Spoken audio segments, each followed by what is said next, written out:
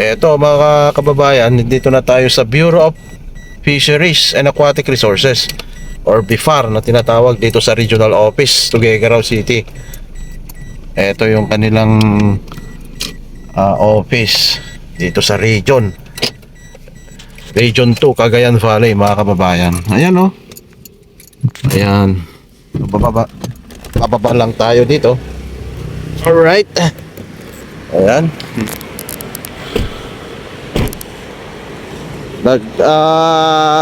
Katatapos lang natin kanina dun sa CDA, nag-inquire tayo how to put up a cooperative.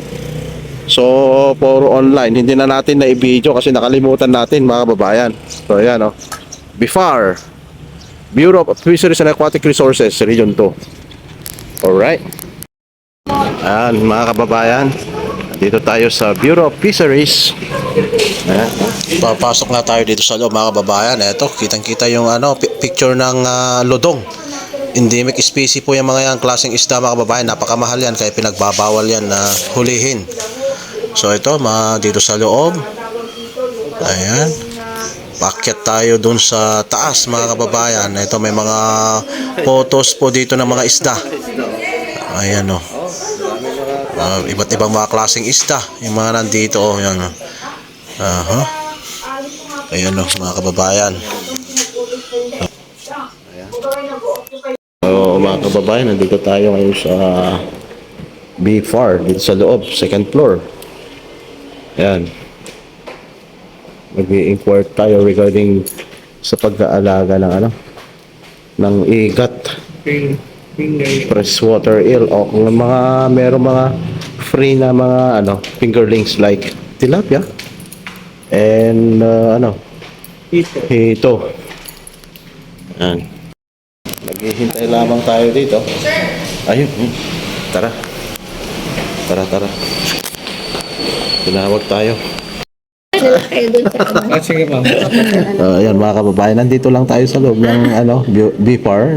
Nag-inquire lang po tayo regarding sa pag-aalaga ng igat, freshwater eel. Make no mistake, iba po yung rice eel kasi mga keyword po yon. Kasama natin si Ma'am, ma'am?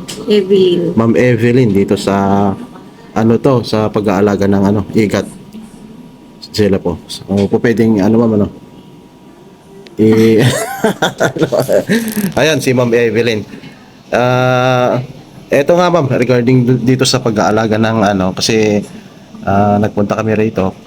Kung tatanong lang sana namin kung merong mga financial support galing dito sa BIFAR and yung technical aspect na rin ng So sa ngayon, nasabi nyo kanina na wala pa lang sa financial aspect, wala. Sa technical lang po ma'am. Technical meron kami. Pero pwede namin kayo introduce sa DOST. DOST Kasi ma'am. meron sila yung tinatawag nilang setup. Set up. Setup na program. Ay, oo. Yun? Para pero parang loan din yun. Opo, Kaya opo. interest free. Ayun. So, ibibigay sa'yo kahit yata. 3 years mo babayaran. Opo ma'am. 3 years. So set up. Setup nila. Pero kailangan meron ka ng established na business. O pwede yung mga farmers. Pwede yung mga farmers. Yung Talagang pang startup capital ma'am, pwede. Startup capital. Ayun, pwede pala yung gano'n. Sa DOST. Ayun. Oo. Sa DOST. So pwede tayong pumunta. Meron sa Itiague. Itiague Isabela, meron yata. Mag-inform na lang tayo doon. Kaya dito punta kayo dun sa Oo po ma'am. So ito walang mga available na mga usually pala ang season ng ma'am, catching ng ng glasswater eel. Hindi, walang yan season. Wala all year round po all ma'am. year round siya. Ganun ba? Maganda nga yan eh. Pero walang ma'am, siyempre wala bang nagpro-produce ng yung mga glasswater eel? Opo. Wala. Oo. Hindi Kahit ba? sa buong mundo wala pong nag-produce na. Talagang wild cats lang siya. Wild cats na pumupunta lang sa dagat. And then doon kumukuha ng mga ma'am? Kaya nga O po. kaya dito sa mga ilog wala? Ilog dun sa may Cagayan River siya na. Opo. Sa Cagayan River ma'am? Dun sa may bukana niya.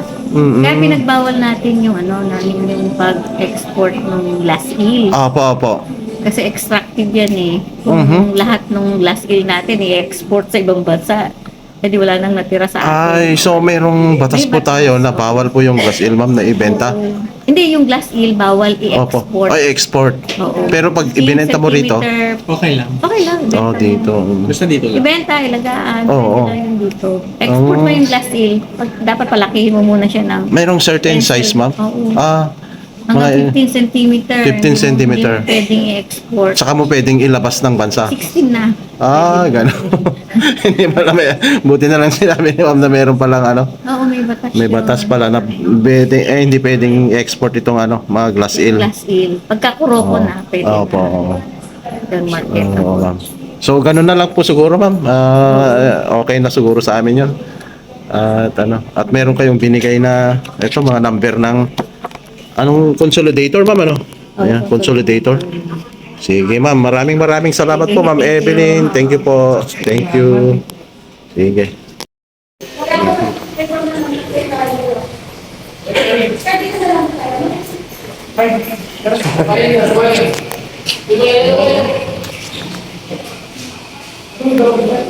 Ito.